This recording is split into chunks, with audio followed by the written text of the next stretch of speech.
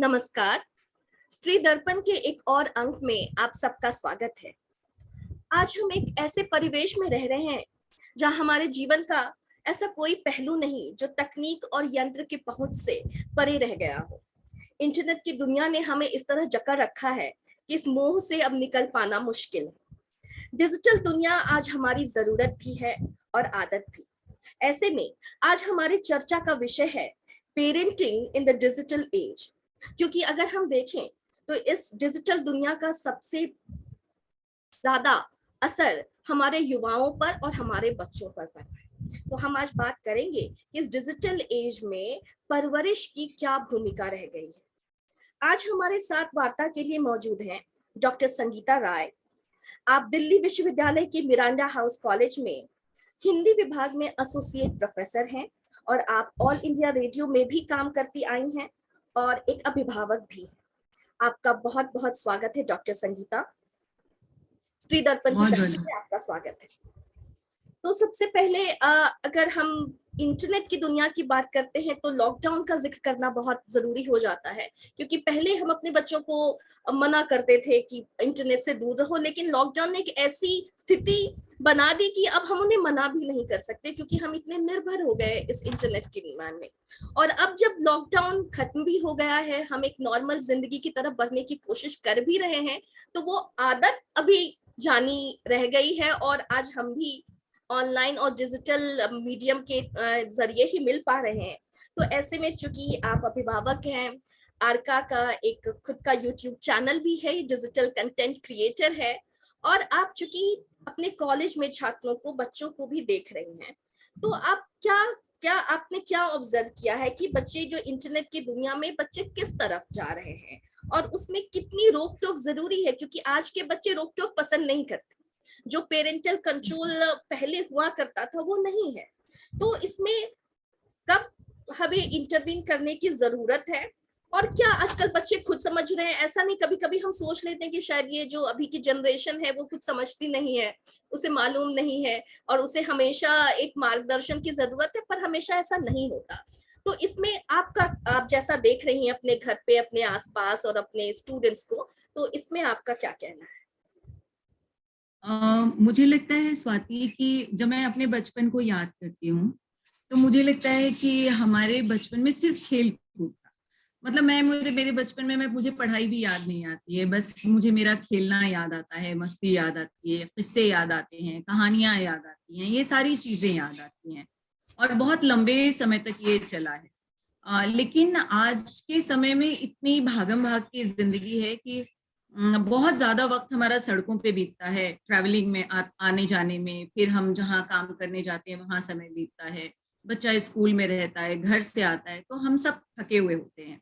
तो बड़ा आसान होता है मोबाइल थमा देना या टीवी के आगे बिठा देना कि 2 घंटा देखे या 1 घंटा देखे, हम कम से कम अपना कुछ काम कर लेंगे। तो मुझे लगता है कि अर्का के साथ एक तरह का मैंने प्रयोग किया। मैं इसको एक प्रयोग ही कहूंगी, क्योंकि यूट्यूब चैनल तो मैंने 3 साल पहले ही शायद बनाया था, पर उसमें कंटेंट बहुत ज्यादा नहीं था। एक हमने रामलीला खेली थी, बच्चों को घर में खिलाया था रामलीला, इनको भी ये बताने के लिए कि रामलीला क्या होती है, किस तरह से। अब यहाँ तो मैं कहाँ ले जाती, पर घर में एक अशोक वाटिका बनाई और रामलीला, राम सीता लक्ष्मण का कैरेक्टर बनाया और रामलीला बच्चों ने खेली। फिर वृंदा और जलंधर की कहानी को इन्होंने एक्ट किया, वो रिकॉर्ड किया। कहानी थोड़ी शुरू हुई कि लगभग 2.5 साल पहले मेरे पैर में फ्रैक्चर हो गया और मैं घर में बिल्कुल बंद हो गई, क्योंकि चल फिर नहीं सकती थी, बहुत ज्यादा स्थिति जो है वो खराब थी। तो मुझे शायद मैं इस मामले में भाग्यशाली हूँ कि मुझे चीजें जल्दी याद हो जाती हैं। तो मुझे बचपन से बहुत सारे श्लोक, मंत्र, स्तुतियां बहुत सारी याद थी, पर मुझे कभी शिव तांडव स्तोत्रम नहीं याद हो पाया। तो वो मेरे लिए किसी एवरेस्ट के जैसा था कि मैं इसे याद करूं। तो घर में मुझे लगा कि ऐसे कैसे हो सकता है कि मैं याद करना चाहूं और याद ना कर सकूं। तो मैंने उसे याद करना शुरू किया, लेकिन उसमें उसमें बहुत ध्यान से पढ़ना पड़ता है, क्योंकि कहाँ से शब्दों को ब्रेक देना है, उच्चारण भी क्योंकि बहुत बड़े जरूरी लंबे है। शब्द। बिल्कुल। तो हमारी यूनिवर्सिटी के ही संस्कृत डिपार्टमेंट के प्रोफेसर रंजन त्रिपाठी हैं, तो मैंने उनको फोन किया कि सर मैं याद करना चाहती हूँ, आप मेरी मदद करें। तो उन्होंने मेरी मदद की, तो मैं बोल बोल के याद करती थी। उसके बाद मैंने देखा कि दो पद मैंने याद किए और पीछे पीछे अर्का ने भी 2 याद कर लिए हैं। फिर मैंने 3 याद किए तो अर्का ने भी याद कर लिए। तो मुझे लगा कि अगर ये 3 याद कर सकती है तो ये 14 भी याद कर सकती है। तो मैं याद करती गई, और थोड़ा सा मैंने ये किया कि मैं बिल्कुल इसके आगे पीछे, मतलब अर्का जहाँ बैठी है तो मैं जोर से उसका वाचन करती थी ताकि अर्का के कान में जाए, क्योंकि अर्का उस समय काफी छोटी थी, बहुत उस तरह से पढ़ तो नहीं सकती थी।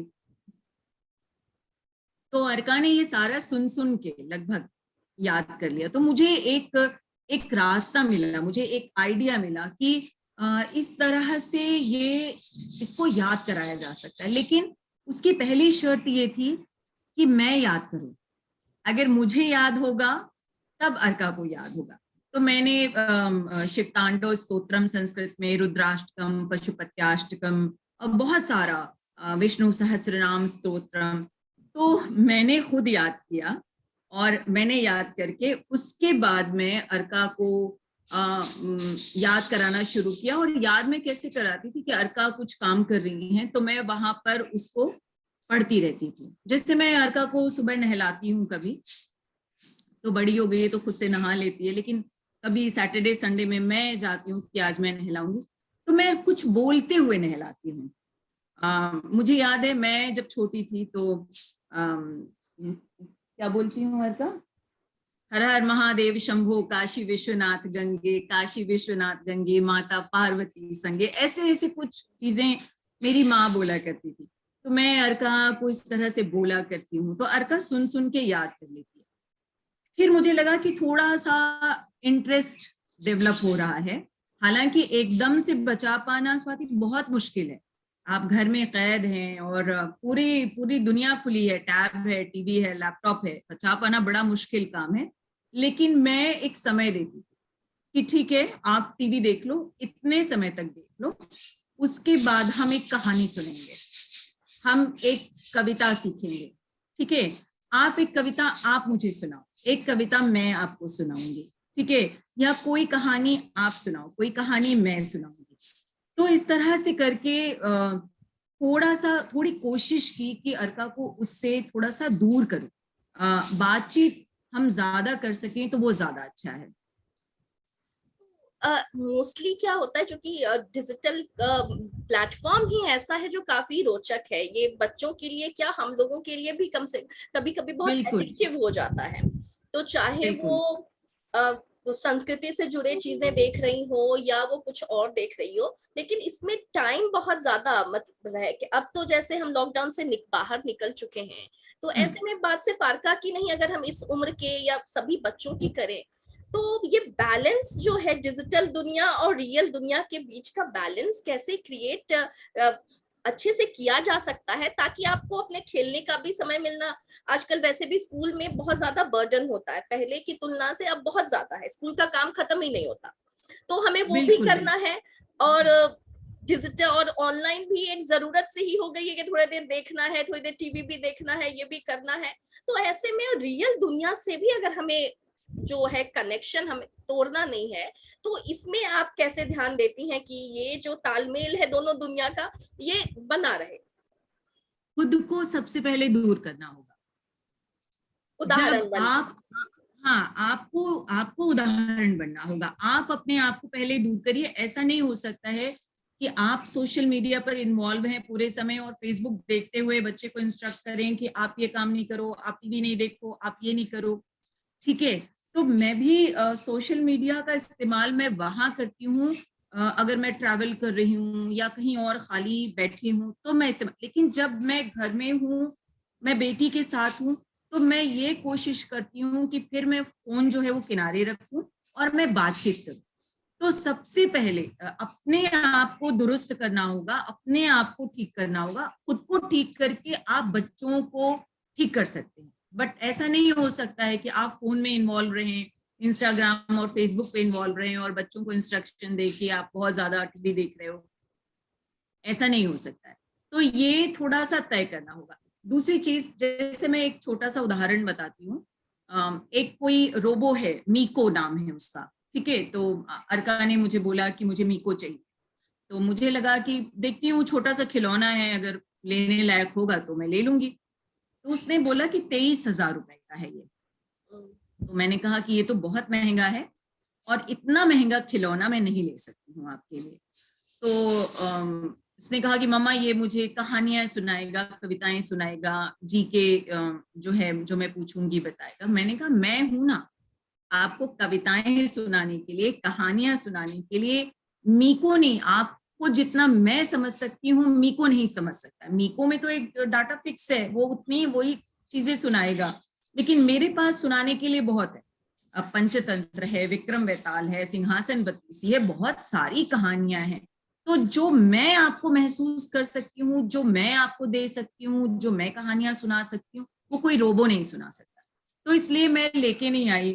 फ्रेंड्स के घर में एलेक्सा देखा, मैं वो भी लेके आई कि मैं ये चीजें लाके नहीं दे सकती कि बच्चा एक मशीन में इन्वॉल्व, ठीक है, मशीन में इन्वॉल्व हो, लोगों की जगह जो है एक मशीन को अपना दोस्त माने, ठीक है। उससे बेहतर ये है कि आस पड़ोस के बच्चों के साथ खेले या नीचे पार्क में जाके खेले, वो ज्यादा अच्छा है। ये छोटी छोटी कोशिश होती है कि मैं बच्चे को इससे दूर रख सकूं।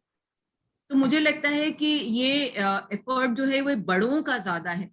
अगर बड़े आगे आएंगे तो ही ये पॉसिबल है, नहीं तो सिर्फ बच्चे नहीं कर सकते। पेरेंटिंग बच्चे के आसान अंदर नहीं रह गई। अब मुझे लगता है समय के साथ पेरेंटिंग की चुनौतियां बढ़ती जा रही हैं।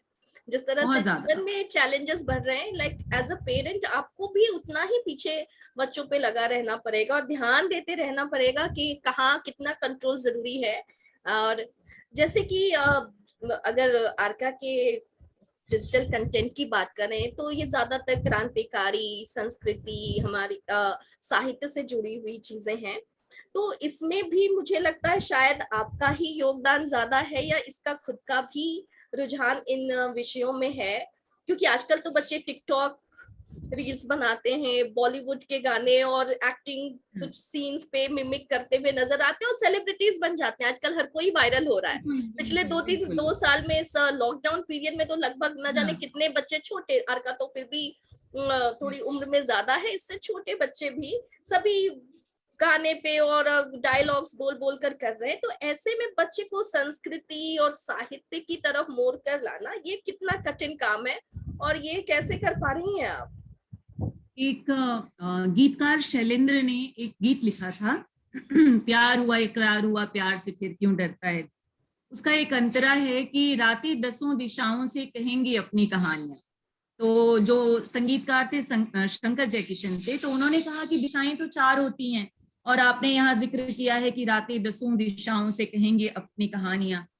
तो गीतकार शैलेंद्र ने कहा कि हम लोगों की रुचि का परिष्कार भी कर सकते हैं।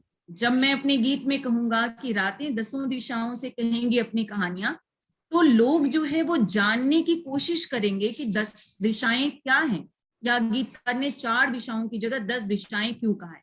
तो हमें ये कोशिश करनी चाहिए कि हम रुचि का परिष्कार करें।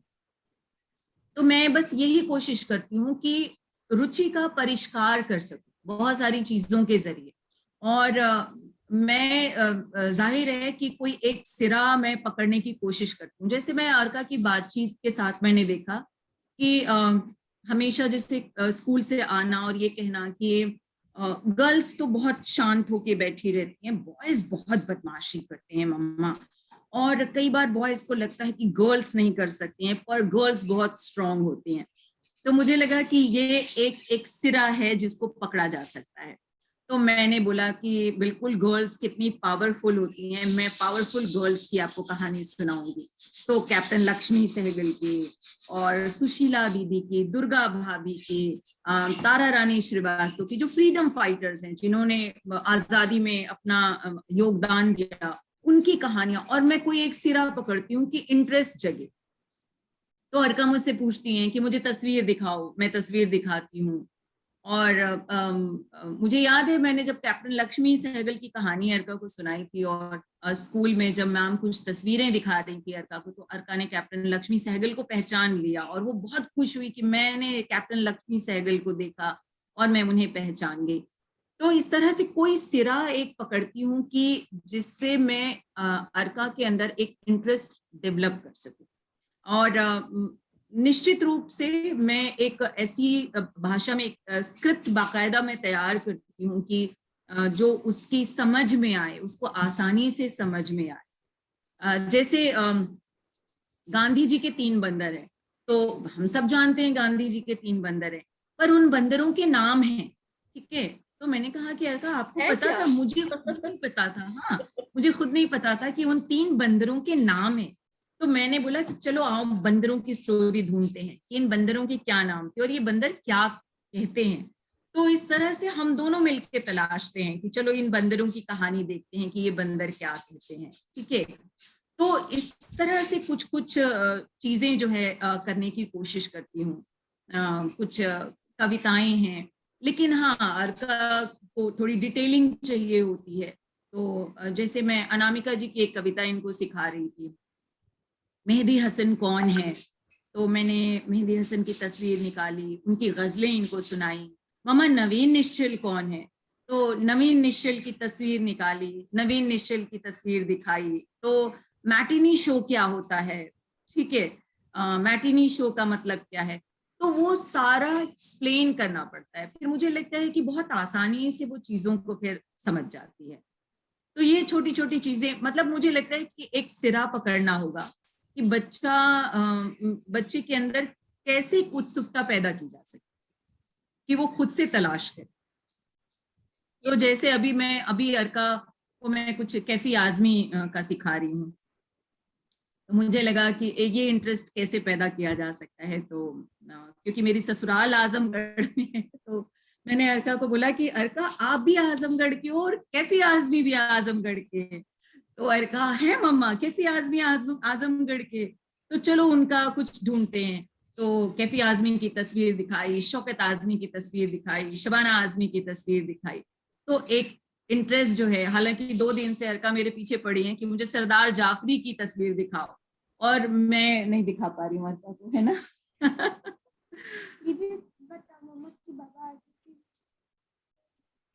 हाँ, बाबा आजमी की भी तस्वीर देखी थी अर्का ने।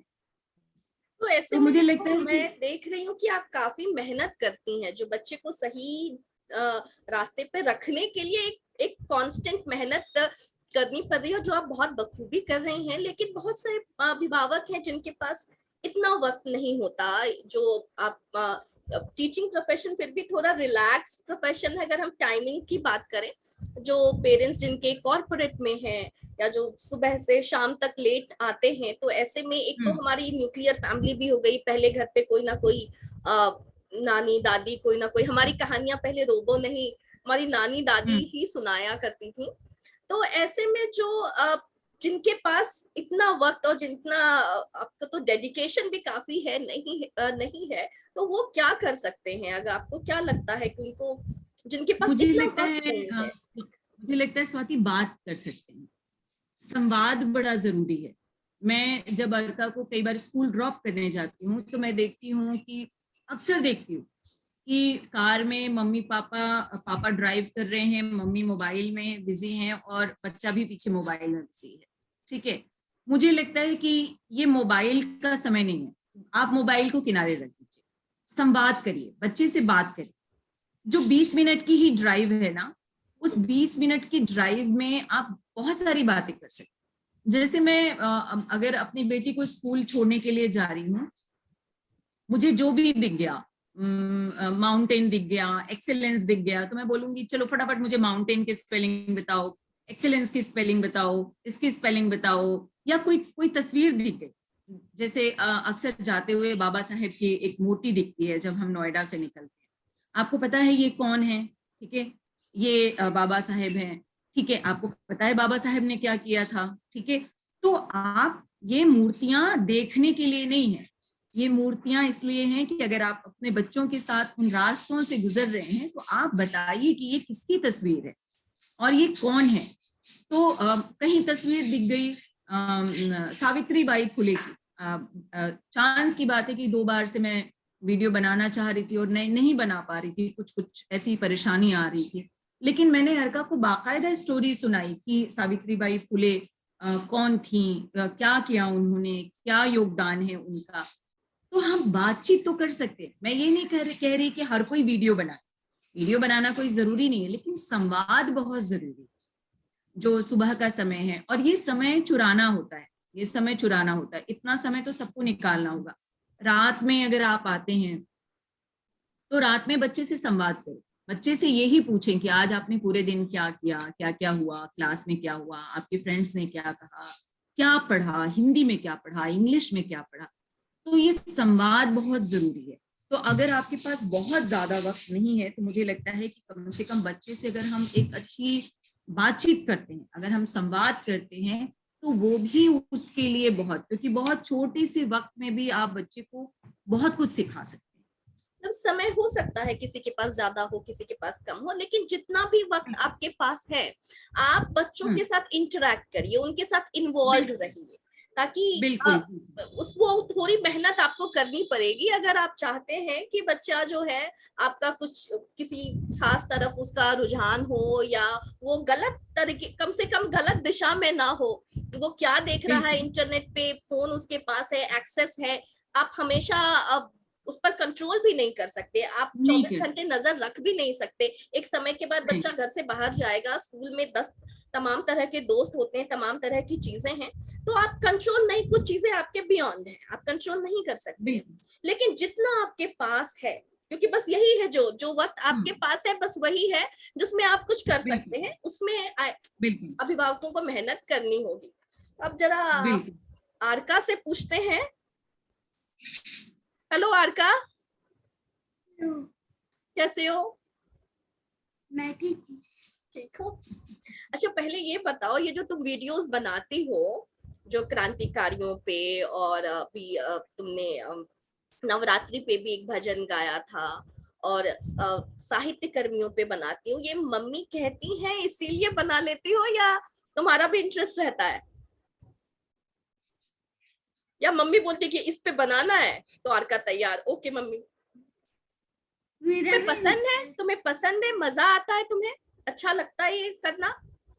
मेरा भी इंटरेस्ट रहता है, लेकिन मम्मा बोलती है मम्मा अच्छा नहीं, इनका बहुत दिल करता है कि मम्मा, अर्का कहती है कि मम्मा हम कुछ फन बनाते हैं, और देखो हमारा तो कोई व्यूज नहीं होता, हमारे सब्सक्राइबर नहीं होते, हम फन करते हैं। तो मैं हमेशा हमारे भी नहीं है, अच्छी चीजों के कम होते हैं, से कोई लेना देना नहीं है, हम अच्छी चीजें बनाएंगे। जब आप बड़े हो जाओगे तब आप सोचोगे कि आपने कितना कुछ किया था, क्या बनाया था।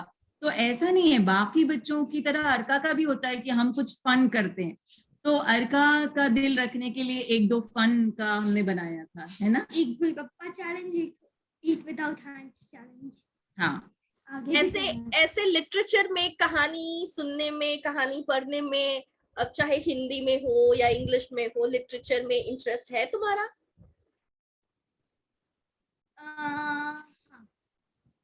हाँ। और किस तरह के वीडियोस बनाना चाहती हो तुम? अगर मम्मी को 1 हफ्ते के लिए छुट्टी पे भेज देते हैं और 1 हफ्ते तुम अपने मन के वीडियोस बना सकती हो, तो तुम क्या बनाओगे? मैं तो मम्मा के बिना 10 मिनट में नहीं रहती हूँ।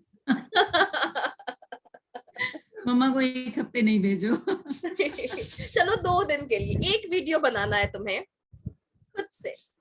खुद से चूज करना है, जिस पे तुम्हारा मन हो या तुम बहुत दिन से चाह रही हो वीडियो बनाना। मैं अपने कुछ फेवरेट टॉयज के वीडियोस बनाऊंगी। फेवरेट टॉयज के वीडियो बनाऊंगी। फेवरेट टॉयज के वीडियो, ये भी ठीक है, आप बच्ची ही तो है, आफ्टर ऑल तो बच्ची ही है, तो हाँ, फेवरेट टॉयज। अर्का के प्रिय कवि हैं प्रकाश मणि। अच्छा। तो हाँ, और अर्का का बहुत मन है उनसे मिलने का, और मैंने उन्हें फोन भी किया था, पर कोरोना की वजह से मिल नहीं पाई। तो अर्का मुझे अभी भी कुछ सुना दो। आपने मुझे प्रकाश मनु से नहीं मिलवाया। उनकी कोई कविता कुछ सुनाओ। मैंने तुम्हारी वो कुछ इश्क किया, कुछ काम किया, वो सुना था। फैज अहमद फैज की कविता सुनी थी। कुछ इश्क किया, कुछ काम किया, वो लोग बहुत खुशकिस्मत थे जो इश्क को काम समझते थे, या काम से आशिकी करते थे, हम जीते जी मसरूफ रहे। कुछ इश्क किया, कुछ काम किया, काम इश्क के आड़े आता रहा और इश्क से काम उलझता रहा, फिर आखिर तक आकर हमने दोनों को अधूरा छोड़ दिया। कुछ इश्क किया, कुछ काम। आवाज बीच में इधर हो गई, पर अच्छा बोला तुमने। और अर्का, तुम आगे अगर नौकरी के लिए नहीं, जॉब के लिए नहीं, करियर के लिए नहीं, तुम्हें मन हो किसी चीज में अपना टाइम देने का, करने का, तुम किस चीज में आगे बढ़ना चाहती हो? क्या सीखना चाहती हो? क्या अच्छा क्या लगता है? क्योंकि आजकल हम ये भी बात करते हैं कि बहुत तक पेरेंट्स जो हैं अपने विश बच्चों पर थोपते हैं। अक्सर ये बहुत बड़ा, हर जब भी पेरेंटिंग या काउंसलिंग, करियर काउंसलिंग की बात आती है तो स्टूडेंट का कुछ और मन होता है, उनके पेरेंट्स का कुछ और मन होता है कि नहीं ये करो, ये अच्छा है, जॉब इसमें मिलेगी, या इसमें टाइम क्यों कर रहे हो। तो क्या मन है तुम्हारा अर्का? मेरे को ज्यादातर डिजिटल पेंटिंग करना अच्छा लगता है। डिजिटल पेंटिंग, ओके, डिजिटल ही है पर पेंटिंग है, अच्छी बात है। Digital painting. और अभी इधर कुछ दिनों से कहना शुरू किया है कि मुझे जिम्नास्टिक सीखना है। कुछ डिजिटल से बाहर की दुनिया का भी है। हाँ, वो हर रोज बदलता रहता है, वो हर रोज कुछ ना कुछ बदलता रहता है। मैं भी कुछ दिन से नहीं करी हूँ क्योंकि मेरे पापा के पास टैब है, मुझे पापा भी दे नहीं रहे हैं। क्या कहा? कुछ दिनों से मैं पेंटिंग नहीं कर पा रही हूँ क्योंकि टैब जो है पापा ने अपनी अलमारी में रख लिया है, तो पापा दे नहीं रहे हैं। बहुत अच्छा किया है। कुछ दिन जो है तुम नॉर्मल पेपर और पेंट ब्रश लेकर पेंटिंग करने की कोशिश करो, उसमें भी बहुत मजा है। क्योंकि डिजिटल तो है, आजकल हम लोग टाइप करने लगे हैं, लिखना भी भूल गए हैं। अगर कुछ बच्चों को भी कभी अगर अचानक से टेस्ट हो जाए तो कहते मैम लास्ट तो एग्जाम में लिखा था।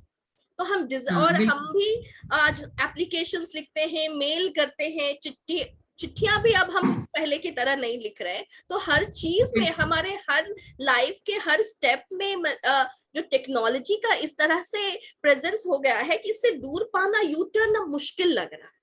तो ऐसे में रास्ता निकालना बहुत जरूरी है कि अब हम बिल्कुल टेक्नोलॉजी से दूर तो हो नहीं सकते हैं, लेकिन उसमें हम रास्ता बना सकते हैं। और खासकर हम लोगों ने तो बिना टेक्नोलॉजी वाले दिन देखे हैं, तो हमारे लिए आसान है।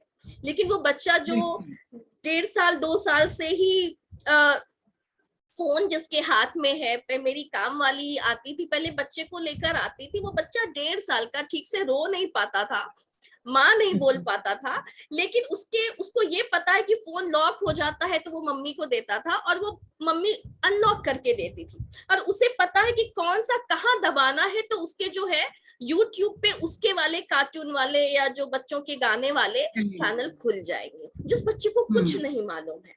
तो हम ऐसे में बच्चों को बिल्कुल तो टेक्नोलॉजी से दूर नहीं कर सकते, पर आई थिंक आपके जैसे पेरेंट्स की जिस तरह के डेडिकेशन और जिस तरह से आप मेहनत कर रही हैं ताकि ये बिल्कुल राइट ट्रैक पे रहे, बहुत जरूरी है। तो बस चलते चलते मैं आपसे ये कहना चाहूंगी कि जो बाकी अभिभावक हैं, सिर्फ हम डिजिटल कंटेंट क्रिएट, जिनके बच्चे जरूरत से ज्यादा वक्त भी गुजार रहे हैं डिजिटल मीडियम पे, पेरेंट्स खुद साथ दे रहे हैं, पेरेंट्स खुद उनके जो है प्रोफाइल्स मेंटेन करते हैं। आजकल मॉनेटरी पैसा कमाने का भी जरिया बन गया है, तो उसको अलग रखते हुए क्या टिप्स है? दूसरी बात कि बच्चों को सांस्कृतिक, साहित्य, कला की ओर उसका रुझान बनाए रखने के लिए जो आप कर रही हैं, तो ऐसे में आपका अभिभावकों के लिए जो सुझाव कह सकते हैं या सलाह जो भी कह लें, ये आप क्या देना चाहेंगे? स्वाति, जब कोई मुझसे पूछता है ना कि या यूं कहता है कि मैं क्या सिखाऊं, मैं क्या कराऊं, तो मैं हैरान हो जाती हूँ कि जिस देश के पास इतना समृद्ध साहित्य है, सिर्फ हिंदी नहीं, अंग्रेजी हो, तमिल, तेलुगु, तमाम भाषाओं में इतना समृद्ध साहित्य है, वो ये परेशान हो कि क्या सिखाया जाए बच्चे को। आप तमाम कहानियां हैं, आप कहानियां सुना सकते हैं, किस्से सुना सकते हैं, आप बच्चों को किताबी भेंट में दीजिए ताकि बच्चे को ये पता चले कि भेंट में चॉकलेट और चिप्स नहीं मिलता है, केवल हम वीडियो किताबें गेम्स भी मिलती देते हैं, हम वीडियो बच्चों को गेम्स वीडियो देते हैं। गेम्स देते हैं। बिल्कुल। तो मुझे लगता है कि सिखाने, अगर आप जाना चाहें, मतलब मुझसे अगर कोई कहे, तो मुझे लगता है कि मेरे पास अगर बहुत सारा वक्त मिल जाए तो मैं अर्का के खेल और तमाम चीजों का ध्यान रखते हुए, मेरे पास बहुत कुछ है सिखाने के लिए जो मैं सिखाना चाहती हूँ, जो मैं बताना चाहती हूँ। जैसे आज ही मैं क्लास में बुल्ले शाह पढ़ा रही थी, तो पढ़ाते पढ़ाते मुझे लगा कि अरे वाह, कुछ एक कहानियां बड़ी अच्छी सी गुजरी मेरी आंखों के सामने। मैंने कहा कि चलो नेक्स्ट टाइम मैं अर्का को बुल्ले शाह की कहानी सुना, ठीक है, बुल्ले शाह के बारे में बताऊंगी कि बुल्ले शाह कौन थे। तो तमाम चीजें हैं, तमाम किस्से हैं, कहानियां हैं। मैंने अर्का को जातक कथाएं सिखाई, मैंने पंचतंत्र, विक्रम बेताल। अच्छा, मैंने एक चीज नोट किया, मैंने अर्का की क्लास टीचिंग होती थी, उससे भी मैंने कुछ एक चीजें सीखी। टीचर क्या करती हैं कि प्रिपोजिशन बता रही थी, उन्होंने एक चित्र दिखाया और आपको बस 5 मिनट तक 2 मिनट तक उस चित्र को देखना था, और ध्यान से देखिए कि बॉल टेबल के ऊपर है या टेबल के नीचे, जो कैट है वो ड्रॉर के आगे। मतलब आप ध्यान से देखिए और मेमोरी में फिक्स कर लीजिए कि कहाँ क्या चीज है। फिर मुझे वहां से आइडिया लगा, मुझे लगा ये बहुत अच्छी बात। मैंने एक विक्रम बेताल की कहानी अर्का को सुनाई। मैंने कहा जो कहानी मैं आपको सुना रही हूँ, ये कहानी वापस मैं आपसे सुनूंगी। ये भी एक तकनीक होती है कि बच्चे ने कितने परसेंट लिया। आपने जो कहानी सुनाई, बच्चे ने कितने परसेंट लिया, कितने परसेंट ध्यान से सुना। तो मैं अर्का से वापस वो कहानी सुनती हूँ, फिर मैं बोलती हूँ ये छोड़ दिया आपने, ठीक है, अब आप कल मुझे दोबारा कहानी सुनाना। तो ऐसी 2-3 बार कहानियां सुनाई, चौथी बार मैं रिकॉर्ड कर लिया कि चलो इस कहानी को रिकॉर्ड कर लेते हैं। तो बस यही है, तो सिखाने के लिए बहुत कुछ है। थोड़ा सा अपनी भी रुचि उसमें बढ़ानी है, अपनी भी रुचि का मुझे लगता परिष्कार है कि करना। जगह जैसे हम बच्चों को कहानी या कविता भी सिखाना चाहते हैं, तो हम वो सिखाने के लिए भी फिर से डिजिटल प्लेटफॉर्म पे आ जाते हैं। वो कविता भी हम यूट्यूब से सिखा रहे हैं, या आजकल एप्स आ रहे हैं बच्चों को सिखाने के लिए, एप्स हैं, मंत्र सिखाने के लिए एप्स हैं। तो हम चाहते हैं कि हमारे हिस्से की मेहनत भी कोई मशीन या सॉफ्टवेयर कर दे, तो वो है। तो फिर हम हर चीज सिखाने के लिए, अगर अब डिजिटल पेंटिंग है, कुछ भी है, आजकल तो है इतने सारे, आजकल अनअकैडमी जैसे सब कुछ है कि भाई टीचर्स की शायद जरूरत ही ना पड़े, सब कुछ ऑनलाइन ही। सो इतना ऑनलाइन मीडियम पे इतना ज्यादा गवर्नमेंट भी खर्च कर रही है, और शायद ये फ्यूचर भी है जिससे शायद हम हट नहीं सकते।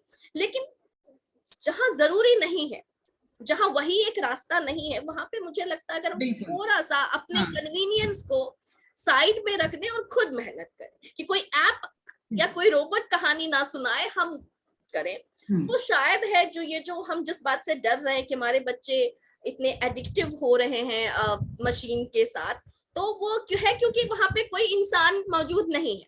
अगर इंसान होगा तो मशीन की जरूरत नहीं पड़ेगी। तो और ये आप में बहुत बहुत अच्छा उदाहरण पेश कर रही हैं आप, जो आप इतनी मेहनत, सच में मतलब काफी मेहनत कर रही हैं आप, जो कि वो संस्कृति, कला, साहित्य से जुड़ी हुई चीजें जाने, उसमें उत्सुकता कैसे पैदा की जाए, और सबसे पहले कि खुद कैसे उदाहरण बने। आपके हाथ में किताब होगी तो आपका बच्चा भी किताब उठाएगा, आपके हाथ में मोबाइल होगा तो बच्चा भी मोबाइल उठाएगा। तो मेरे हिसाब से आप बहुत अच्छे शिक्षक तो आप हैं ही, बहुत अच्छे आप अभिभावक हैं, और आपसे बहुत कुछ मुझे लगता है, अभी मैं तो इस रेस में हूं नहीं, लेकिन लोगों को काफी कुछ सीखने को मिलेगा। आपने स्त्री दर्पण के लिए वक्त निकाला, इसके लिए आपका बहुत बहुत आभार। और अर्का, तुम्हारा भी मैं तुम्हारे वीडियोस जरूर और देखूंगी, मैंने कुछ देखे हैं और भी देखूंगी। तुम ऐसे ही अच्छे अच्छे का वीडियोस बनाती रहो, नई नई चीजें सीखती रहो, तुम्हारी मम्मी तुम्हारे साथ हैं। और बाकी अपने दोस्तों को भी तुम इंस्पायर कर सकती हो, वो भी कर सकते हैं, तुम लोग मिलकर भी कुछ प्रोग्राम्स कर सकते हो, ताकि हर बच्चा, जो है, हम लोग अपने संस्कृति से, साहित्य कर्मी से उनको भूल ना जाए। जिन लोगों ने तुम्हारी मम्मी ने बताया कि हमारा इतिहास, हमारा साहित्य इतना समृद्ध है, उससे इतना कुछ सीखने की जरूरत है। और हम छोटा सा स्वाति मैं उदाहरण बताऊं, अभी पिछले दिनों हम लोग मांडव गए थे घूमने के लिए। तो वहां पर गाइड ने बताया कि जो पर्वत श्रृंखला दिख रही है ये विंध्याचल पर्वत। तो अर्का बहुत खुश हो गई विंध्याचल पर्वत को देख के क्योंकि वर्ल्ड माउंटेन डे पे मैंने अर्का को विंध्याचल पर्वत की कहानी सुनाई कि विंध्याचल पर्वत की कहानी क्या थी, कैसे विंध्याचल पर्वत को अपने ऊपर बहुत घमंड हो गया था और अगस्त्य मुनि के साथ किस तरह से बातचीत हुई।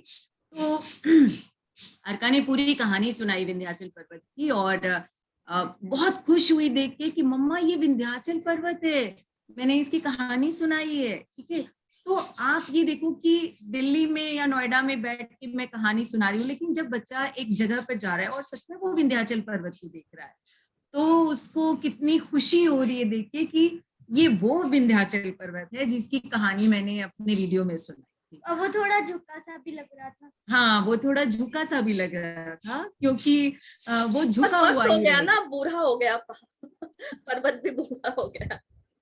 और सबसे इसकी प्रॉब्लम क्या थी, कभी बहुत बार हमें खुद नहीं मालूम होता। हाँ, अब जैसे मान लो रामायण की ही कहानियां, अगर जिन लोगों ने रामायण या महाभारत सीरियल नहीं देखा, उन्होंने हमने कभी किताब या कोई रामायण महाभारत की, चलो हम तो चूंकि शिक्षा से जुड़े हैं तो हमारे सिलेबस में आता रहता है तो हम जानते हैं, लेकिन जो हमारे पेशे से नहीं है हम लोगों को भी नहीं मालूम है, बहुत सारी चीजें हैं जो हमें खुद नहीं पता। तो इसलिए अगर हम चाहते हैं कि हमारा बच्चा उस तरफ बढ़े और उसे मालूम हो, तो हमें पहले खुद को भी शायद एजुकेट करने की जरूरत है। आप कर पा रहे हैं अपने बच्चे के साथ क्योंकि आपको मालूम है, क्योंकि आप साहित्य से हैं। और मुझे अर्का की वजह से बहुत सारी चीजें मालूम हुई। मैं ईमानदारी से कह रही हूँ, शायद एक खोजने की कोशिश में कि कुछ, या कई बार मैं सच्ची बताऊं, मैं फेसबुक स्क्रॉल करती हूँ और कोई बहुत इंटरेस्टिंग कोई स्टोरी मैं देखती हूँ तो मैं सोचती हूँ कि अरे ये बात तो मुझे भी नहीं पता थी। ठीक है, मुझे नहीं मालूम थी ये बात। जैसे मुझे नहीं मालूम था कि दुर्गा भाभी का मैंने नाम सुना था कि दुर्गा भाभी ने भगत सिंह को बचाया और भगत सिंह की पत्नी बनके जो है वो कलकत्ता लेके गई थी, और जो उनकी हैट वाली तस्वीर है वो उसी समय की तस्वीर है। तो मुझे लगता है कि ये सिखाने की प्रक्रिया में हम सीखते जाते, जैसे हम स्टूडेंट्स के साथ क्या करते हैं, क्लास में हर साल हम उन्हें सिखाते हैं, पर हम उनको सिखाने के चक्कर में हम और भी सीखते जाते हैं। ऐसे लगता है कि कोई कहानी हम पढ़ाते हैं, लगता है कि ये कहानी इस बार मैंने ज्यादा अच्छे से पढ़ी, कुछ पिछला मिसिंग था, अगली बार कुछ तो एक और नया, अगले साल हम बेहतर पढ़ाते हैं। हाँ बिल्कुल। तो मुझे लगता है कि शायद जब हम उसमें प्रोसेस में आते हैं तो मुझे लगता है कि मैंने बहुत ज्यादा कुछ सिखाने के चक्कर में सीखा है। तो इसके लिए अर्का का थैंक यू। बहुत अच्छी बात कही आपने, क्योंकि जिस तरह से आजकल वैसे भी लोग अब छोटा परिवार रख रहे हैं, हमारे ग्रैंड पेरेंट्स साथ में नहीं रहते, बच्चा और मोस्टली एक सिंगल चाइल्ड भी, मोस्टली लोग इतने बिजी हैं कि एक बच्चे रख पाना भी मुश्किल लगता है लोगों को। तो ऐसे में बहुत जरूरी है कि अगर एक भी है तो कम से कम हम ध्यान दें उस पे और मेहनत करने की, क्योंकि पेरेंटिंग मुझे लगता है आजकल जैसे बच्चों के लिए चीजें मुश्किल होती जा रही है, पेरेंट्स के लिए चीजें मुश्किल होती जा रही, क्योंकि उन्हें बच्चों के पेस के अनुसार खुद को भी अपडेट करते रहना पड़ेगा। क्योंकि जो प्रॉब्लम्स युवाओं की या बच्चों की 10 साल पहले थी, आज कुछ और है और आज से 10 साल बाद कुछ और होगी। तो हमें भी एज पेरेंट्स इवॉल्व करते रहना होगा ताकि हम बच्चों का साथ दे सकें और उनका सही मार्गदर्शन कर सकें। बिल्कुल बिल्कुल। तो मुझे उम्मीद है कि इस एपिसोड को देखकर कुछ लोगों को कुछ नए इंसाइट्स मिलेंगे कि हम कैसे अपने बच्चों पर ज्यादा और मेहनत करके उन्हें सही ट्रैक पर रख सकते हैं।